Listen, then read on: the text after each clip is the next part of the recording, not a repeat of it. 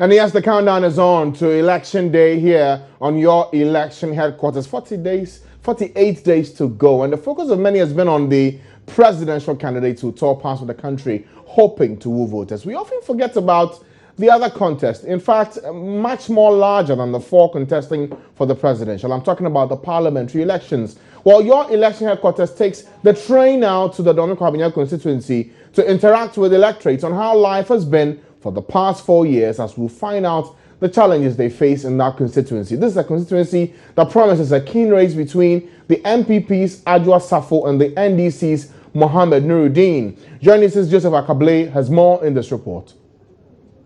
Carved out of the old Ashaman constituency in 2004, the Kwabenya seat is one that has for years eluded the governing National Democratic Congress.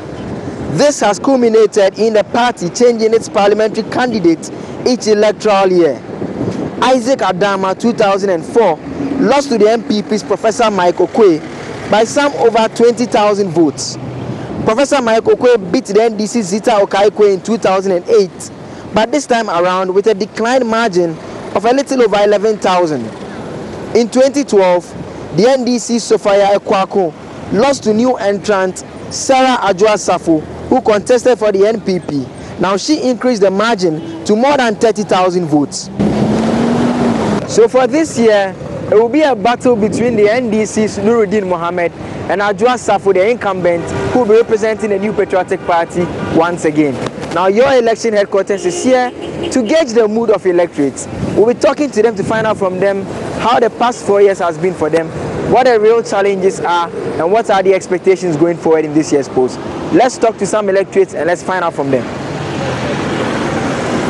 For the past 4 years, it's not been easy because I'm a fashion designer. When MPP when Kufuor is in power, my business was going well. As for that one day, because of the Friday wear, but nowadays they don't buy. Not going well because life is not easy. They don't buy, nothing is not going well. That's what I would say. We need gutter here. When it rains heavily, it's come inside our shops. That one day is true. If there is development, there will be money in the system. Contractors will get more contracts. Others will buy building materials. For our constituency, if your party is not in power, not much can be done. Development has been slow, but we are okay. When our bridge collapsed, it took about 6 months for it to be fixed. We don't have stable supply of water. Also, minor roads need to be fixed to ensure that if there is traffic on the major roads, drivers could use them. Assistance, we can't use them when it rains. It's not about because that's how they are, because they're doing their anointing. It's a Taifa say, for a place like Taifa, the road is not in good shape. Some work was being done, but it was abandoned. If the MP can help, that will help us. For the Kwabenya constituency, there are criminals here. They steal and often go scot-free. We are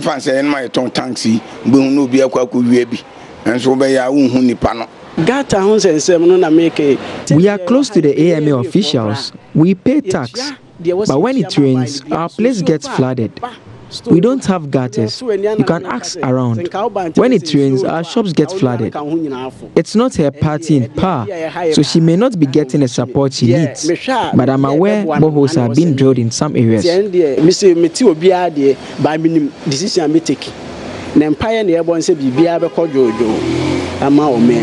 have heard from the electorate. Essentially, a good number of them have been talking about security issue. They make mention of a drainage system, and in some cases, they talk a bit about the roads, apart from the general comments about the fact that things don't appear to be so well with the economy. This is your election headquarters, Joseph Akable, Kwabenya constituency. A quick test of the pulse in that constituency. Well, let's speak to one of the candidates who's actually looking to beat the incumbent, Adjoa Safo, in the contest in this year's election. Nuruddin Mohammed joins us in the studio today. Thank you for coming, sir. Thank you, Francis. So this will be your first time of asking for the seat, isn't it? Yeah, it's my first time contest. So for those who may not know you as a politician, what's your story? Well, thank you very much and good evening to your viewers. As many of you may know, I'm a journalist. I've taken this stance because I want to be able to contribute to my nation. If you could just speak up a bit. Yeah, and I believe that it wasn't something I always wanted to do. It was actually because of what has been going on in my constituency.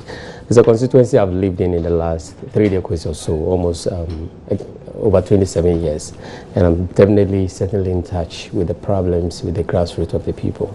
Over the years, we've had MPs who have come in, people who have come in to help the constituency, but very little has been seen. In the last 12 years, this constituency has been in the hands of the MPP. And even though we've tried to do our best in the last 3 elections or so, in 2008 with our candidate Zita Okaikwe, in 2012 Sophia Kwakwe, I believe that not much has been done. We'll not really be able to make a case. Why do you think that has not happened? Well, in 2008, I can tell you that we actually won the election. Well, 2008? Yes, certainly, because I would confidently say the MPP used the incumbency against us at that time. And that is why I keep saying that the Kwabenya constituency is not a stronghold of the MPP. Well, as of the time 60% of the votes were counted, we were actually leading. All of a sudden there was a light out. And then the MPP, in a matter of few hours, it comes in, and then I believe that it's something that the media can go down, investigate, go down into the archive and investigate. In 2012, yes, a few things happened. It was our own fault. We failed to do some of our homeworks, and that is where the MPP actually had such a wide gap. And you see, in most of the places. And even on this point to make, some will say that, are you not looking for an excuse? Because if you say in 2008 it was down to incumbency advantage, in 2012 your party was in power. Well, that's what I'm saying. So why don't you just switch it on to say 2008 was because they were in power? Francis, that's what I'm saying. In 2012, some of it is our own doing. In most of the polling stations, we do not have agents. You understand? There were people who had infiltrated into our camps, people who we had trained, ended up being agents for the MPP, and there were a lot of issues. This time we are doing our homework. We're going to make sure that this election is going to be free and fair. Plus, one very important issue that keeps bothering us, the importation of foreign voters into our constituency. Importation of foreign voters? Well, I think it's an open secret now that I just have to import a lot of church members, fathers' church members into the constituency. Wow. Well, do you have evidence for this? Well, we have evidence. In the last election, 2012, we arrested some of them. We spoke to some of them. They told us they were brought in. How many? Absolutely no. A lot of them. Which police arrested them? Well, we took some of them to the Atomic Police Station, but very little was done. We asked, are they Ghanaians? We said yes, and that was it. You understand? But this time around, we're putting enough measures to make sure these people do not come and determine the fate of people in Dominica. Interesting things you say about why you think the ground has shifted for the MPP and why you think things will change. But I asked first about what your story is. Yes, many know you to be a journalist. Yeah. But when did you make that switch from being a journalist to being a politician wanting to be member of parliament? That was immediately after the 2012 election. For how long have you been a supporter of the NDC? Well, I've always been a sympathizer of the NDC. I've always been, as far as I can remember, since 1996, at a very tender age.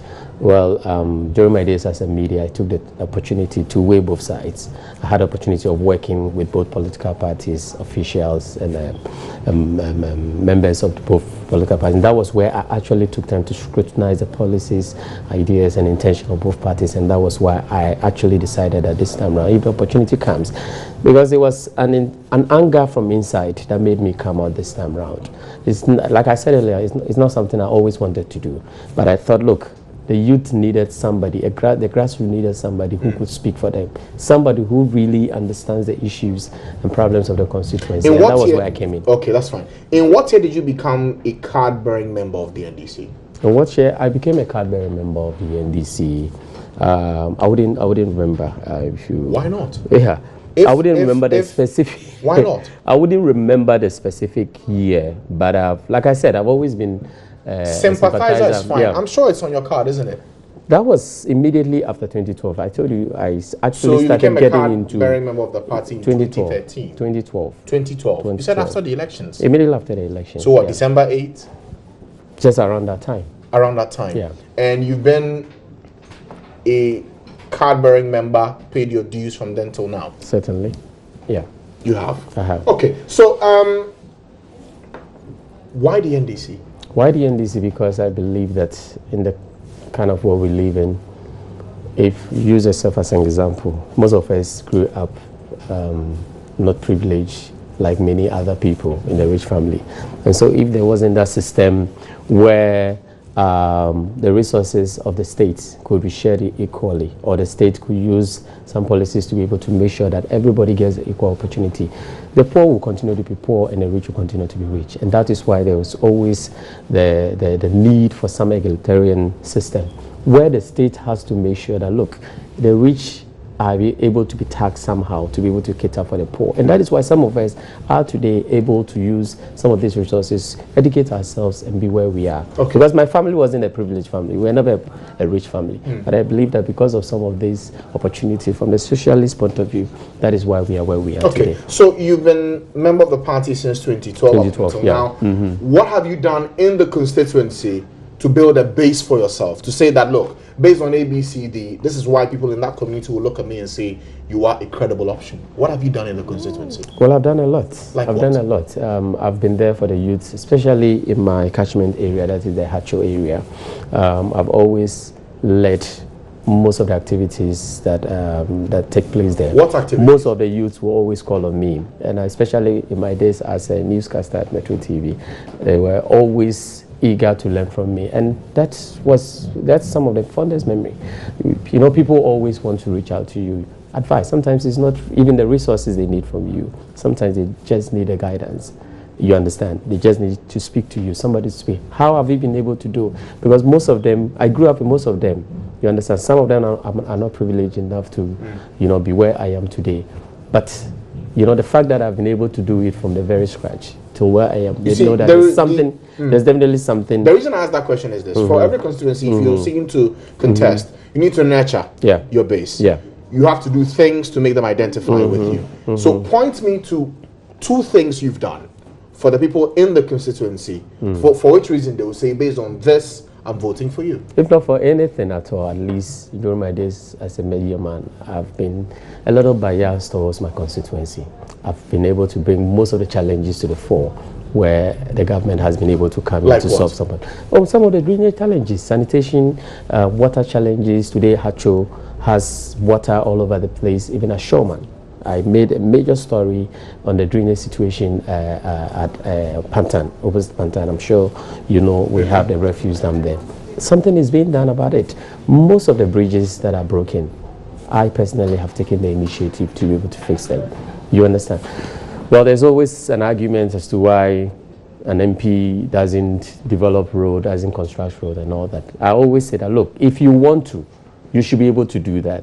If you want to be able to help the people, if you want to be able to construct road, not necessarily asphalting the road or tarring the road. But for instance, there's so many bad roads in Taifa.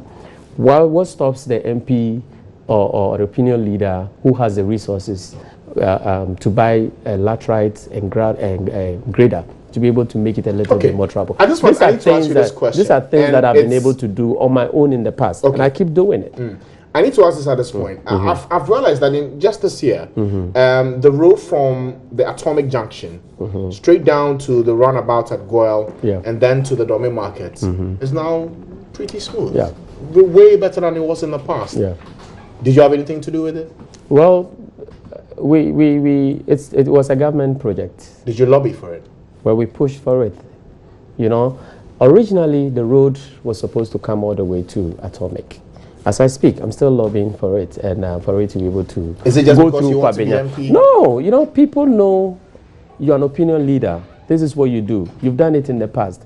And so when the diversion took towards the Hacho Road, there were most of the opinion leaders in Kwabenya, the chiefs, some of the assembly members called and said, look, if there's anything we can be able to do to get the contractors to come and then at least do the Kwabenya Road, it's going to be a little helpful. You know, that is a highway. And whenever it's a highway, the project that is currently taking place is an urban project, which means it's the urban roads that is taking it. But there's actually a major road that is coming from the eastern region down through Brekusu to Kwabenya. But what I was told is that the diversion was actually done because of the construction of a community day senior high school. No.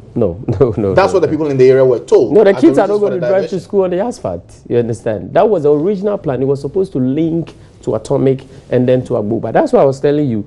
The intersection at Kwabenya towards Brekusu is a highway. It's supposed to connect two regions. That was supposed. It's actually if you go to Brekusu, it's a road project. There's a road project that is coming down, but the people are impatient. They are saying that they also want to be able to enjoy. The people are impatient. Well, yeah, they think that they cannot wait. They cannot wait for the highway projects to get to them, and so we are really pushing and getting some positive responses. This is something that the MP should be able to do, irrespective of your government being in power. Now, here's the thing. You've already admitted that since the year 2004, this seat has been, some will easily say, a safe seat for the MPP. What makes you think that this time you cannot seat Ajosafo? I believe that we live in a constituency where majority of our people are discerning. This is a community where most people have spent their lives and want to come there to retire. This is a place where people have spent their life working their own way to be able to save money and build their houses. And that's to tell you that these are people who are discerning. Now, for how many years? For 12 years. You've had a certain political party lead a constituency and seen absolutely nothing. You just showed us a coverage of the footage in Taifa. Now, these are people who have constantly given in excess of 98% to a certain political party, that is the MPP. But very little has been done by this party. Most of the roads, a few roads you see at Taifa are even projects that have been done by the NDC. Now, in the last 3 years, all we've cried for are roads, school, hospitals, markets, and all that. These are just what the president has been able to give it to me. And so based on this, I believe that the Senate, as the people who are, we believe that they will be able to look at these issues and then say that, look, this government is doing so much for us. Why don't we change this time around and look at what these people can lead for us? That aside, I believe that it's more about the two candidates. This election isn't so much about the two political parties, it's about the candidates and what they are capable of doing. And you stand tall above Ajosafo? I believe I stand tall above candidates. Exactly. In terms of what? In terms of experience, in terms of qualification. Well, experience not in terms of being a member of parliament, and in terms of what we've done in the past, what we've been able to achieve in the past. Everybody knows what I've done. The record. I've served the state. Well, if you can only sit here and tell me this is what Ajosafo has been done, this is what you know of, you understand? Well, I don't want to sit here and profess to be, attacking a personality. But the truth is that, look, I've been able to serve my country as a journalist. This is what people can trace my past to. What can she be doing? What qualification did she bring to the job? You understand? That aside, what else? What other indicators do you want to see? You understand? In terms of qualification, I don't want to pay too much attention to the degrees and the certificates and all that. But even if it's there, I have it. You understand? I've been able to do my first degree. I've done my second. I've done my third. But in terms of politics, you will agree that she's a bigger hand with experience. Well, I also comfortably say I was in parliament even before she got to parliament. In terms of reporting? In terms of reporting, I know. But the parliamentary process. Well, I know. But she was somewhere telling people that I've never been to parliament and I want to. Yes, she was never there, but she was given the chance to go there and she messed up big time. You understand? Has she messed up? Based on the results and what she's doing? I think, what has she done? In terms of the results and the people voting for her. Well, that was the first time she came in. The people gave her the opportunity to prove herself. You understand? She came on the goodwill of her father, the daughter of Chris Asafo. So what goodwill do you have? What goodwill do I have? The goodwill of the good work of the NDC in the constituency. That is what I'm riding on. To win. To win. Okay. Yeah. I do this every time for every candidate who comes, and I think I can do the same for you. Yeah. Do you believe in transparency? I believe in transparency. All the time? All the time. Because you want to hold a public office, you can divulge every information about you. Exactly. Okay. Now, you're running a campaign for this election. Yeah. What's your source of funding? My source of funding, most of it is coming from my own savings. Savings? Yes. How much have you spent in this election? I'm not supposed to give every detail. Well, you said you are transparent. I wouldn't be able to put a finger on a figure, but I think I've spent in excess. I don't want to give a figure. No, you said you. No, see, once you say you are transparent and you can give information, do so. You said it. Well, I've spent in excess of. Is it beyond the primaries or just the main election? From primaries up until this minute. Well, in excess of 300,000 Ghana cedis. Ghana cedis. Yeah. And that's from your savings? That's from my Of savings. over 10, 15 years in journalism? Exactly, yeah. I also happen to run my own company. Okay. I have my company, Right Concept. I've done a lot of projects. Many will remember my days during media management and all that. So I've done a lot. What would you say to those who say you use your job as a journalist to garner a certain likability factor in your constituency, and now you're riding on that? Well, should I be faulted for that? Should I be faulted for that? Certainly not. I served the nation as a journalist. I risked my life going all across the country just to be able to change people's life through the media. Okay. So what's wrong if I come in today and also use the same channel to be able to ask the people, look, this is what I've been able to do. Now I want to be able to manage and work for a smaller constituency, which is Kwabenya. Is there anything wrong with that?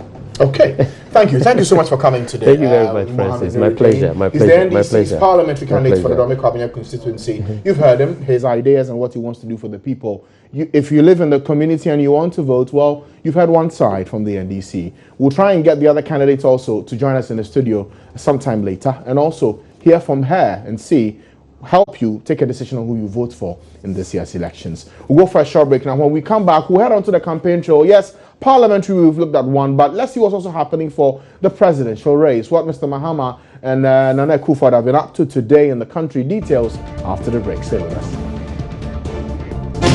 Thank you.